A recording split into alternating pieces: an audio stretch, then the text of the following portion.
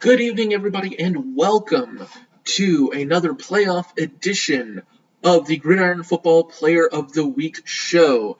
Today, hosting it is me, Alex Allison, and unlike the normal iterations of this show, we do not have Jace joining us this week. Unfortunately, Jace had a weird schedule situation, partially due to the weirdness of Thanksgiving, and because of that, I would like to offer everybody a happy Thanksgiving. I hope the turkeys were delicious yesterday and all the shopping is safe and successful for everybody today on Black Friday.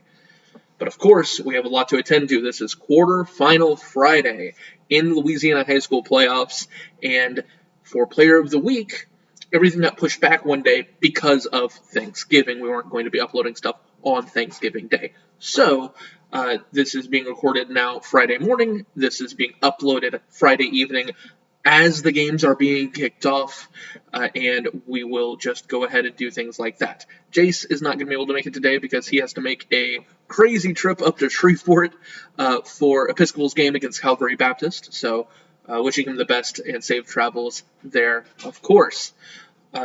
And without further ado, we're just going to go ahead and get right into it. So, we had 15 people this week and another great week, despite the fact that you would think, with the playoffs being the way they are, with fewer teams playing and the quality of teams being higher and all of that, that the quality of performance in terms of raw box score would be lower.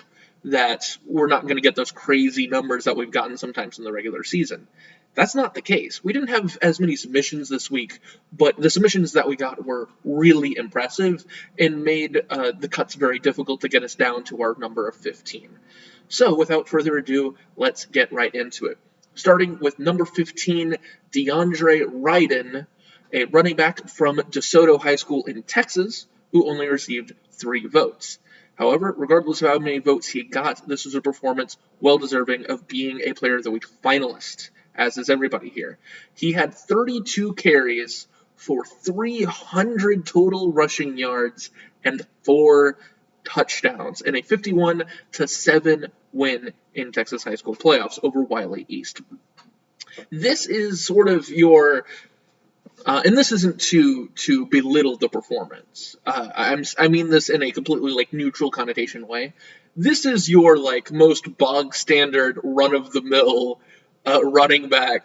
If I had to give a template for what a Gridiron Football Player of the Week finalist performance looks like, this is exactly what it would look like. 30 carries, 300 yards, 4 touchdowns as a running back. Running back, most common position. The number of carries, really high. You're a workhorse. Massive volume, big win, scored 4 touchdowns, 300 yards. Those are on 300 yards, 4 touchdowns. I'm yeah, that's it. That's what this performance looks like. You're dominating a game. You are the reason your offense is performing. And in a blowout win, you're really getting to flex your muscles. It's a really impressive win for DeSoto, Texas, as they move on in the Texas high school football playoffs. One of a number of out-of-state submissions this week, which we'll talk about more throughout the show, and one of, I believe, 3 different states being represented today. But DeAndre Ryden, congratulations to him from DeSoto, Texas. Moving on to another out-of-state player, we have number 14, E.J. Crowell, with only 4 votes. He is a running back from Jackson High School out of Alabama. Very different performance here. In a 41-10 win in their playoff against their playoff opponent, he had only 11 carries for 195 total yards and also 4 touchdowns. So obviously the yardage is lower, but this is an equally impressive performance because he had a third of the carries. He had a third of the carries of DeAndre Ryden, he had 2/3 of the yards. It's not to say that one is necessarily more impressive than the other. Everybody who makes this list is someone deserving of being the Player of the Week for any given week. But it's just a very different way of getting there, right? This was an efficiency performance. This was also a blowout win where he only touched the ball 11 times. There's kind of, in these blowout wins, I think part of the reason you get a stat line like this is that by the time you're in the second half, you're already up 28-7 or something, or 24-3 or 27-10, something along those lines.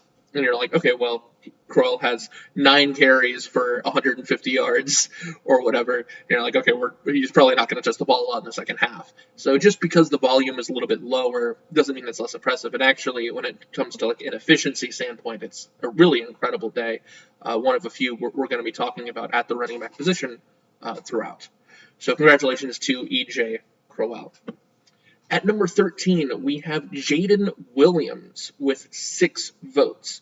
Regardless of the number of votes he got, this is a really interesting performance. So congratulations to him. He is a wide receiver and safety, a two-way player for Chalmette High School. There's a lot to dig into here. He did everything. He played wide receiver. He played safety, obviously. He returned kicks. He probably, drove the bus over to Hahnville. And a lot of this is a bunch of pieces that don't sound too crazy in a vacuum, but when you combine them all together and you think about the context of the game and the performance in the game, this is a performance absolutely deserving of being a Gridiron Football Player of the Week finalist. So let's get into it. As a wide receiver, he had 5 catches for 97 receiving yards and a touchdown. That's a good day. Probably wouldn't make it on this list alone, but a good day. As a kick returner, he returned 2 kicks for 120 total yards and a touchdown. Also a really good day, also really impressive. He also managed to complete a pass, despite playing wide receiver, for 29 yards. Finally, on defense, we might not have a full stat line here, but there's one play on defense that matters more than anything else, and that is that he got the game-winning pass breakup to finish the game, to complete the context, a 35-31 win over Hahnville High School, continuing Chalmette's Cinderella run in the Division I non-select playoff bracket in Louisiana High School playoffs. This is huge. Chalmette was like the 24 seed or the 25 seed, faced off against 9 seed Terrebonne in round 1. Beat them close, I think 20-17, huge upset. In round 2, they have to go to Hahnville, play another River Parish school, continue their death march, beating them 35-31. Now they get Neville. Will the run continue or will the clock strike midnight? We'll find out today. But for now, the reason they got there, the reason they got through Hahnville, is because of this guy. On offense, he was a huge contributor, catching a touchdown pass over 100 yards, almost 100 yards. It's a great day. Return to kickoff. That's a huge play. Completed a pass, maybe some kind of trick play. That might have been a huge swing in momentum. And finally, while doing all of that on defense, he played probably the whole game. A two-way player at the 5A level is really impressive because they don't come around that often. You usually don't need them to play 2 ways when you have that many kids. But he's playing both ways, gets a game-winning pass breakup to seal the victory, a huge upset for Chalmette, who now finds themselves in the quarterfinals. Congratulations, Jaden Williams, and everybody over there at Chalmette High School. At number 12, we have Jonathan D'Artes, the famous quarterback for Vermilion Catholic. There were discussions of Gatorade Football Player of the Year, and there might be discussions, regardless of where he finishes in any given week, for Gridiron Football Player of the Year, because this is another performance absolutely deserving, and it might not be the last. As a quarterback, 19 carries, 199 rushing yards, and 4 rushing touchdowns. On top of that, he completed 6 of his 10 passing attempts for 86 passing yards and an additional 2 passing touchdowns. He's the quarterback for Vermilion Catholic. Oh, and he's also the return man. He had 88 total return yards between kick and punt returns. That gives him a total of 373 all-purpose yards. Well, passing plus rushing plus return yards. And 6 total touchdowns in a 47-17 win in the second round of the playoffs over Westminster Christian, excuse me. He did everything. We talk about the bus drivers, right? It's one of my favorite kind of stat line groups. The guys that can do everything. They're super versatile, and he did everything and dominated. And at 6 total touchdowns, returning kicks, he was the offense. He is the identity of that Vermilion Catholic team, and he is the reason why they are most people's favorites to win a really loaded bracket in that Division IV select playoff bracket. We'll see them next week in the quarterfinals against another team we'll talk about in a little bit, St. Edmund. But we've talked about John a lot. He hasn't made a lot of deep tries for Player of the Week, but he's been nominated so many times, and he's made he's been a finalist so many times. What is this? His 5th time on the list this season, 6th time on the list. It's getting boring talking about him because his stat line is it's the same stat line every week. He just does this all the time. It's another day in the office. It actually feels like it's absolutely deserving of being here, but it actually feels kind of pedestrian, right? I mean, he didn't even rush for 200 yards. I mean, what is this? This is he's washed, right? No, but this is incredible. Obviously, what he's doing week in and week out. This is one of the things I love about 1A football, and one of my favorite games that I went to earlier this year was St. Edmund Opelousas Catholic for a similar reason. That because 1A has so few kids, the great kids, they're not deep, but they've got talent. And the great kids, it's like watching superheroes on grass. That's what John is. That's what Jonathan D'Artes is. A superhero on grass. And at Vermilion Catholic, the one thing he hasn't done at Vermilion Catholic is win the state championship. It's a tough field, a really tough field. But if Vermilion Catholic's going to win, it's going to be on the back of this man. Congratulations to him. Moving on to another quarterback that did it all and pulled off a monumental victory for his team, we have Diesel Solare, the quarterback for Cecilia High School, only getting 8 votes. But this performance is so, ignore the vote count, that is what it is, right? This performance is incredible. 13 for 20, 203 passing yards, 3 touchdowns, and no interceptions. Something that doesn't always get talked about is the number of picks in a passing performance here, but it was emphasized, and I think it matters a lot for the context. He also had 13 carries for 94 yards and an additional 2 touchdowns. That gave him a 297 total yard performance, 5 total touchdowns in a victory over the number 2 seed Lutcher High School, 49-41. This is the thing. Cecilia was the 18 seed in their bracket. They go up to Lutcher. The seeming odds-on favorite, not that there are odds at high school football level, but the odds-on favorite to win the state championship in their bracket Division II non-select. They went up there and they won the game. They took it from Lutcher, scoring 49 points, a number that's really important. I'll talk about in a second. And they did it because of this guy. They have had some amazing individual performances at Cecilia throughout this season. He's not the only person who's played quarterback who's made this list as the quarterback for Cecilia this season. But when you put the chips on the table, everything matters. He was the guy that stepped up. This performance is incredible. So Lutcher was the favorite to win the state championship. And they were the favorite to win the state championship because they had the best defense in the state in their bracket. It was dominating. It was suffocating. Both Jace and Daryl went to one of their games against E.D. White earlier this season where they looked awesome. They had given up 50 points all season. In the 10 games they played, they gave up 50 points. Cecilia scored 49 in one game. Unbelievable, unreal performance. And this is why not just the 200 passing yards, the 100 rushing yards, 5 total touchdowns, 300 total yards, 0 interceptions. He didn't make a mistake. That matters a lot. That matters a lot in a game like this. Congratulations to Diesel Solare. Huge, huge win for Cecilia High School in their victory over Lutcher. And now that bracket is wide, wide open. Moving on to number 10.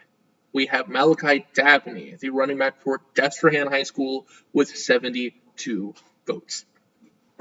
He had 26 carries for 270 rushing yards and 6 touchdowns in a 63-21 win over Northwood Shreveport.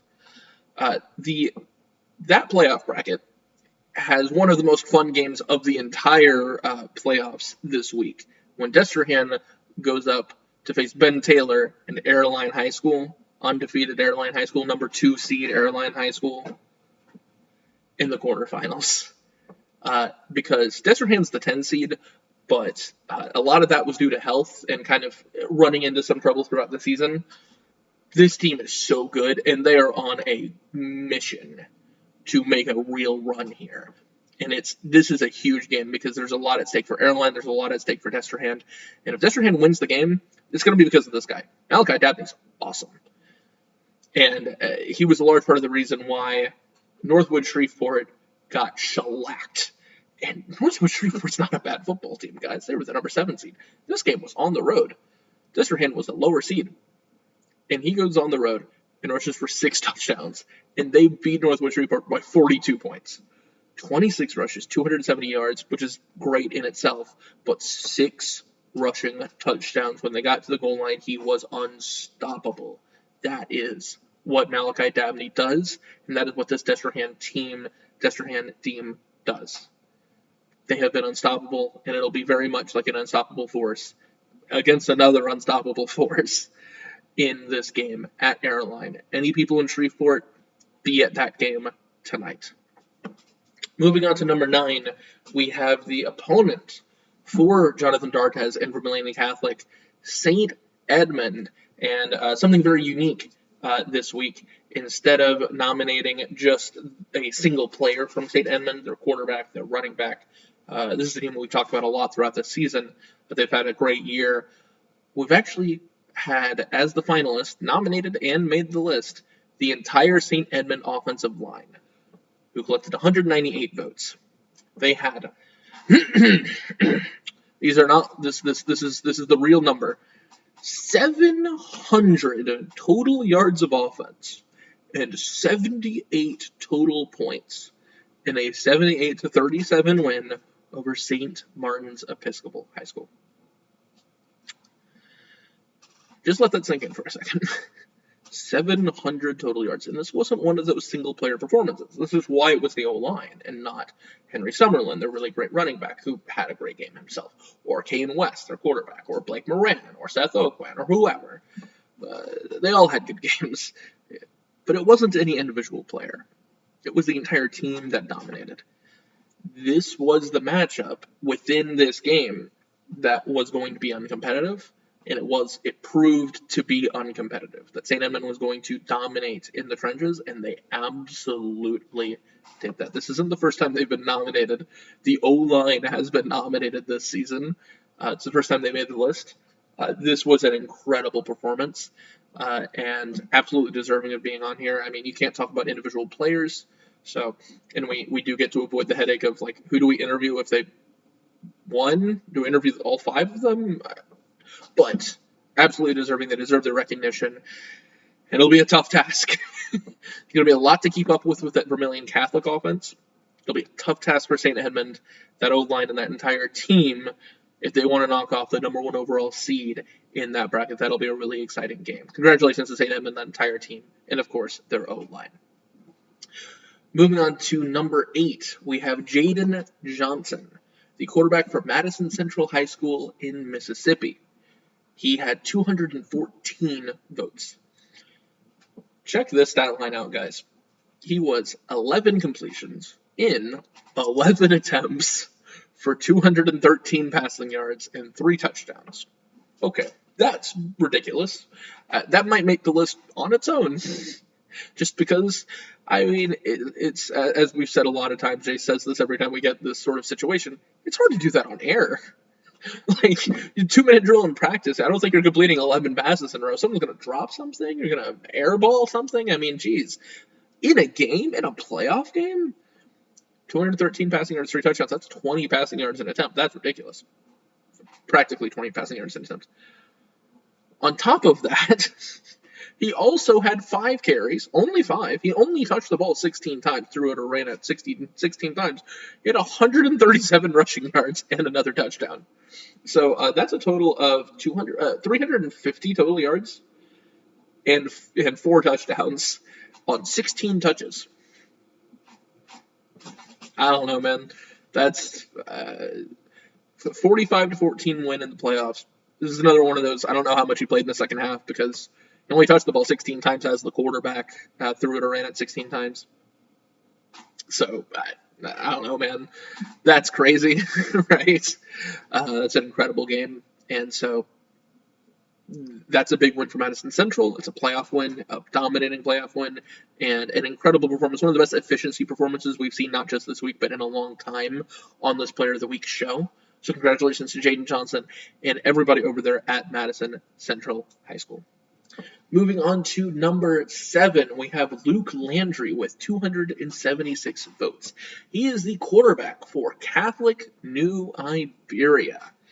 He completed 19 of his 21 passes, another one of these incredible efficiency passing performances, but there was a little bit more volume here today as well. He completed 19 of 21 passes for 326 passing yards and 4 passing touchdowns. On top of that, he had 4 rushes for 24 more yards and 2 rushing touchdowns. Total of, again, 350 yards and 6 touchdowns. And a 59-22 win over Northlake Christian. Catholic New Iberia moves on to the quarterfinals. They're going to have a really fun game this week. Another one of those really fun brackets. And if they're going to move on, I believe they're the 7th seed in their bracket. They're going to move on, and it's going to be because of this guy. I think they're playing Newman. I'm pretty sure that's correct. I forgot to write it down. But they are playing Newman, and if they're going to knock off the Greenies, they're going to do it because of Luke Landry. This is a great performance. He's going to have to keep it up.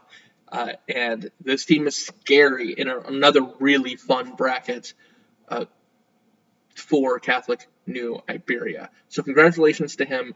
That's an incredible performance. 350 and 6 touchdowns while, again, 21 passes, 4 rushes. This isn't super high volume. This is a 59-22 win. This is another one of those games where he was probably, 19-21, 2 incompletions. He had more passing touchdowns than he had incompletions in the game. That's unreal. This is an unbelievable performance. So congratulations to Luke Landry. Congratulations to everybody at Catholic New Iberia. Good luck to them as they continue this playoff hunt, taking on a big opponent here in the quarterfinals. Moving on to number 6, we have Javonte Williams with 278 votes. He is a defensive end for Jeanneret, and he had an unbelievable performance. He did everything you could possibly do in one game. He had 12 solo tackles, 6 assisted tackles, 18 total tackles. What? 18 total tackles, with 12 of them being just him. Apologize for the mistake. He had 18 total tackles, 3 tackles for loss, 1 sack, 1 fumble recovery, and an interception. He filled the entire stat sheet, all of it. If you can't think of a thing, I guess he didn't have a PBU, but come on now. He did everything he could do. 18 total tackles, 3 tackles for loss, 1 sack, 1 fumble recovery, 1 interception in a 46-24 victory over Grand Lake High School. That's a huge win for Jeanneret. They, of course, are moving on to the quarterfinals in the playoffs as well. Best of luck to them. This is a great performance. Usually, defensive end performances are difficult to get onto this list because it's just difficult to find stats. So Javonte Williams, not the running back for the Denver Broncos, notably. So Javonte Williams just said, so why don't I just do everything, right? 12 tackles, 18 total, 3 tackles for loss. He did everything. I think more than anything else, and I wish I could see this play personally. Maybe there is footage of it somewhere. He had a pick as a defensive end. That's hard. That's really hard. He had 2 turnovers. He had a sack. It was everything. He was dominant in a win over Grand Lake that was as wide as it was, because Grand Lake still scored 24 points, right? So it was as wide as it was. It was a sure victory over Grand Lake, largely because Javonte Williams had one of those incredible performances. So this is a very, very deserving performance for him. Congratulations to Javonte. Congratulations to everyone over at Jeanneret. Best of luck to them as they move on in the quarterfinals. Moving on to number 5, we have Camden Abels with 453 total votes. He is a wide receiver from Hawley High School in Texas. So, number 5 and number 4, I'm going to talk about a little bit together, because number 4 is Keegan Abels with 503 total votes. He's the quarterback for Hawley High School in Texas.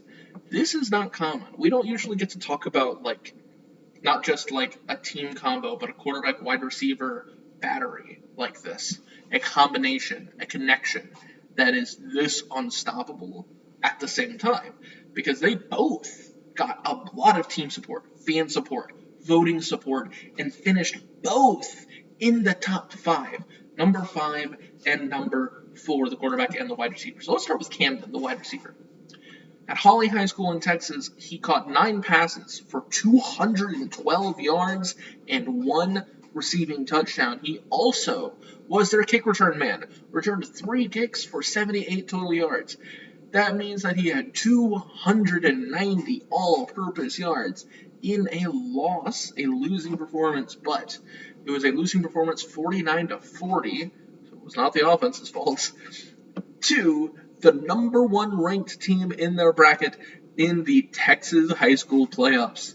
That is hard. This is Texas high school playoffs. We're talking about the number 1 team in Texas in any bracket is really, really good at football. Always, 100% of the time. They're good at football, guys. So that's a behemoth performance. And yeah, they came up short, but to be able to do that against one of the best teams in the state of Texas in their bracket, the number 1 ranked team, that's incredible. And yeah, their season is cut short, unfortunately, here in this round of the playoffs for Texas.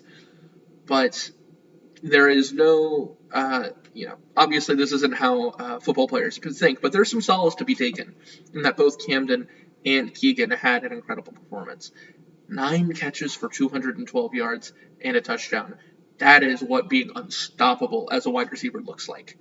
Almost 300 all-purpose yards as a wide receiver stat lines are kind of hard, because I think people will compare them to running back stat lines where you're getting the ball so often. But he only had 9 touches, but he had 200 receiving yards. That's unbelievable. Equally impressive as the guy throwing him the football, Keegan Abels, the quarterback for Hawley High School. He had 23 completions, 9 of which to Camden. 23 completions out of 40 attempts. So he was 23 of 40 for 444 passing yards and 4 touchdowns. Lost the number 4, and a 49-40 loss, of course, to the number 1 ranked team. 444 passing yards. He had a lot of attempts, so this is one of those games where it was a shootout. We weren't able to watch the game, we just see the stat line, but this stat line tells me that it was one of these shootouts where people are flying everywhere, points are everywhere, maybe there was a comeback attempt, who knows, and there were some incompletions, but there was some explosivity from the offense because of their quarterback, because of Keegan. 400 passing yards and 4 touchdowns in a close loss. Ended up being a 9-point loss, but a reasonable loss. They gave their best effort against one of the best teams in the state of Texas. That is incredible. And yeah, they came up short, but this is a very deserving performance for the Gridiron Football finalist player of the week in this week. So Camden Abels finished 5th as the wide receiver with 453 votes. Keegan finished 4th with 503. Both super deserving. Congratulations to both of them. Now we move on to number 3, our top 3 for this week. Starting with Roderick Bingham, the defensive back, free safety / linebacker. He's listed from Plaquemine with 1,497 votes. We just got one stat from him, and it was good enough. He had 3 interceptions. I mean, what else do you want? And a 49-34 win over Northwest High School. Awesome game. One of our writers covered it last week, so you can check out that article at Gridiron Football USA. But a large part of this game was Roderick Bingham with 3 picks. This is a game that was fairly close. This is a game where Northwest High School scored a lot of points. And so those 3 interceptions mattered a lot. And so Roderick Bingham was everywhere with a very impressive performance in a game where the defense needed to find stops, and they found stops largely because of this guy and this guy specifically. And so congratulations to Roderick. Plaquemines got a really big test this week as they take on Opelousas. And it's going to be a tough game, and if the defense is going to slow down that Opelousas offense, it's going to be because Roderick Bingham is really, really good at football, and well, it's going to be because the defense itself is really good, but he's going to have a great performance in order to win this game for Plaquemine. So congratulations to Plaquemine High School. That'll be a really big game in the quarterfinals, and congratulations to Roderick Bingham for a very deserving performance, finishing 3rd with a lot of votes, over 1,000 votes, in this week's vote for Gridiron Football Player of the Week. At number 2, we have, drumroll, very close race between number 1 and number 2. At number 2, we have Kane Milligan, the wide receiver for Bunkie High School, with 9,000, big jump here, 9,307 votes. There was a big late push for Kane Milligan, and it came up just short. The wide receiver for Bunkie had just an awesome performance. His best Randy Moss impression. If you know about Bunkie High School, this is an interesting. There's actually a lot to unpack here with this performance. I'm actually going to be going to the Bunkie game tonight against Jules Sumner. Kane Milligan isn't the first name people talk about at Bunkie. Kyle Johnson is the Power 4 commit, Gridiron Football Player of the Gridiron Football All-American Bowl Game commit at wide receiver, the number 1 option for the incredible Dylan Compton, who's put together a great season as quarterback for Bunkie as well. It's not either of them. The guy that showed out and the guy that dominated was Kane Milligan, another wide receiver that shows just how loaded and how deep this Bunkie team is. It's not just the best. It's not just the stars that we know about. It's also this guy. He's awesome. 3 catches, not a lot of volume, a lot of mouths to feed in that offense. 3 catches, but he made the most of those 3 catches. He had 99 yards, that's 33 yards per reception, and 3 touchdowns in a 39-14 win over Amite, a really, really good Amite team. 3 touchdowns on 3 catches. He never got tackled. That was one of those performances where he gets home. This isn't how it works nowadays. Obviously, it's the high school that washes all the clothes. But you get home and you're like, hey, wait, the uniform's not even dirty. I never got tackled. I never got brought to the ground. There are no grass stains. There's no nothing. I sweat. Barely had to break a sweat. I just got in the end zone 3 times. This is great. He never got tackled. He was unstoppable. This is a great efficiency performance. We've talked about some good ones. This is an awesome one. He only had 3 catches, but it didn't matter because he made those 3 catches count. 99 yards, almost 100 yards on only 3 catches with 3 receiving touchdowns. Unbelievable performance for Kane Milligan in a game where Bunkie did not come up short. He came up just short in this voting. We'll talk about number 1 in a second. But Bunkie did not come up short. They came up huge in a big win over Amite. Tonight, we have a huge game, Bunkie versus Jules Sumner. Hopefully I'll be able to make it to that game tonight. That is the goal, and that will be a very, very exciting game, and it'll be largely, a lot of the excitement will be because of this Bunkie offense. Dylan Compton, Kyle Johnson, and this man, Kane Milligan. Give that man his flowers. Because in this offense, he might not get that many chances. He might not get that many targets because there are so many great players. But he can turn out performances like this and make those games count, those catches count. That's a great player. That is a great player for Bunkie. This is in large part of the reason why they're one of those teams that could make a real run to the Dome, make a real run to win the state championship in one of the most interesting and wide open brackets with so many great teams, that Division III select bracket. And we're going to see one of those really exciting games this week as Bunkie takes on Jules Sumner. So, if you've been following along and you have done this via process of elimination, you can figure out who the number one player is, the Gridiron Football Player of the Week for the second round playoff week here. But for those not doing that, here is the drum roll. At number one, this week's Louisiana High School Football Playoff Round 2, I think that's also the case for most states around the country. Round 2 playoff Gridiron Football Player of the Week is DJ Garrett, the wide receiver and safety for Pine High School, with 12,100 votes. And this performance is one of my favorite performances in the entire season. He's, of course, and we'll talk about this more in a second, he's, of course, going to be nominated for Player of the Year. He is one of those guys. This is one of my favorite single-week performances the entire year. This is, Dedrick Lasty winning it a few weeks ago with that 9-touchdown performance that I was at. This was, Pop Houston obviously threw a bunch of touchdowns and a loss. We've had some awesome games and some awesome performances win. This is one of my favorites. So deserving. I was so happy. This was the guy I was rooting for. This is the guy I voted for personally. Me and 12,099 other people voted for DJ Garrett because this is one of my favorite performances ever. So he's a wide receiver and safety for Pine. They beat Kaplan 21-6. I'm going to start with that. This was an 8-9 game. They beat Kaplan 21-6. That score is really important. The game is really important. It was a really close seeding game, a game either of these teams could win. He made the difference. He was the guy. So as a wide receiver, he's a wide receiver safety. As a wide receiver, he had 7 catches for 193 receiving yards and 2 touchdowns. He had 2 of their 3 touchdowns by himself. He was the guy. What?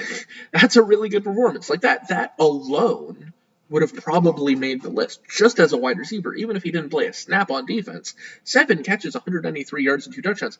Doesn't sound crazy compared to some of the crazy running back numbers we've gotten throughout the season. But as a wide receiver, that's really impressive. That probably makes the list. That's difficult to do. That's an awesome game for a wide receiver. However, he didn't just play wide receiver. He also played safety. And as a safety in the same game, he had 5 tackles and 3 interceptions. 3 of them.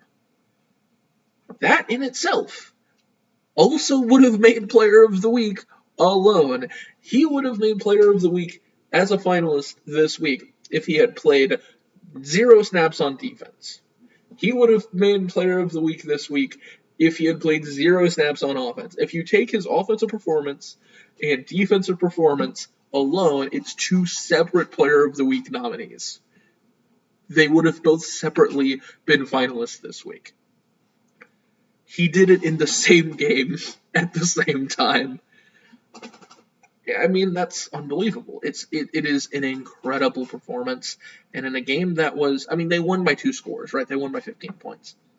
But they didn't this wasn't a blowout. This is a really good Kaplan team. It's a really solid Kaplan team that put up a lot of resistance in a close playoff game that they managed to win. He was the reason. He was a large part of the reason for their win. Holding a team to 6 points, you had 3 interceptions. That's incredible. You had 2 of the 3 touchdowns for your team. That's incredible. This is an awesome performance for DJ Garrett. Congratulations to him and everybody at Pine High School. Of course, they are gearing up for a big game this week against the number 1 seed in their bracket, St. James, in the quarterfinals. So congratulations to him. Congratulations to everybody at Pine High School.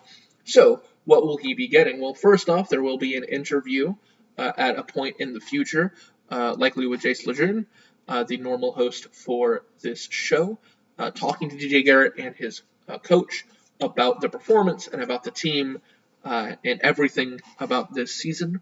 But also he'll be getting a Letterman's Jacket patch that will say Gridiron Football Player of the Week. Just like every other winner. He'll be able to put that on his Letterman jacket and be able to show that for the rest of his time at high school and forever how long he has that jacket. It'll be something he'll always be able to have.